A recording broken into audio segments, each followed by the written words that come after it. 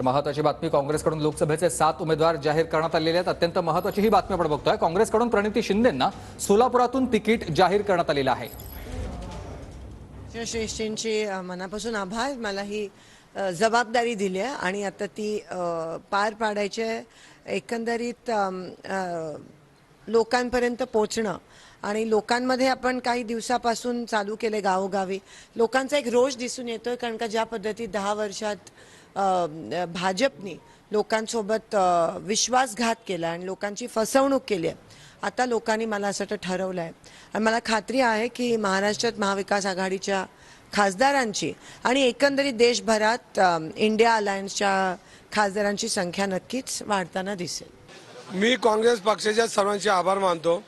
कालपर्यंत सर्वजण उमेदवारी मागत होते, आज ती उमेदवारी स्पर्धेतून माझ्यासारख्या कार्यकर्त्याला मिळाली। आम्ही सगळे मिळून एकत्र येऊन काम करणार आहोत।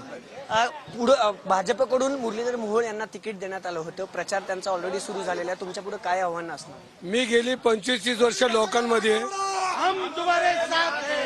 लोकांमध्ये आणि जनता ही माझ्या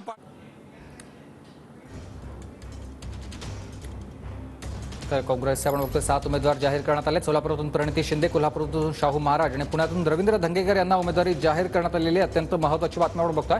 अमरावतीमधून बळवंत वानखेडे, लातूरमधून देखील उमेदवार जाहीर करण्यात आले। तर पुणे लोकसभेमध्ये बघतोय मुरलीधर मोहोळ आणि रवींद्र धंगेकर यांच्यामध्ये थेट लढत होणार आहे। भाजपचे उमेदवार आहेत मुरलीधर मोहोळ, तर रवींद्र धंगेकर हे काँग्रेसचे उमेदवार पुण्यामधून असणार आहेत। त्यामुळे पुण्यामधली ही निवडणूक अत्यंत रंजक अशी ठरणार आहे। मुरलीधर मोहोळ यांना भाजपानं उमेदवारी जाहीर केलेली आहे पुणे लोकसभेसाठी, तर रवींद्र धंगेकर यांना पुण्यातून जाहीर करण्यात आली उमेदवारी। काँग्रेसकडून आपण बघतोय शिवाजीराव काळगे यांना उमेदवार लातूरमधून देण्यात आली आहे, तर सुधाकर शृंगारे हे भाजपचे लातूरमधले उमेदवार असणार आहेत। तर लातूरमधली ही थेट लढत शिवाजीराव काळगे विरुद्ध सुधाकर शृंगारे यांच्यामध्ये असलेली पाहायला मिळेल।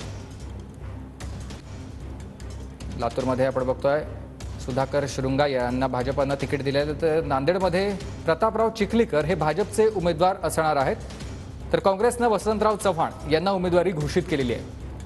नांदेड लोकसभेमध्ये ही लढत होईल। तर हिना गावित भाजपचे उमेदवार नंदुरबारमधून असतील आणि गोवाल पाडवी हे काँग्रेसचे उमेदवार नंदुरबारमधून असणार आहेत। गोवाल पाडवी हे केसी पाडव्यांचे चिरंजीव आहेत।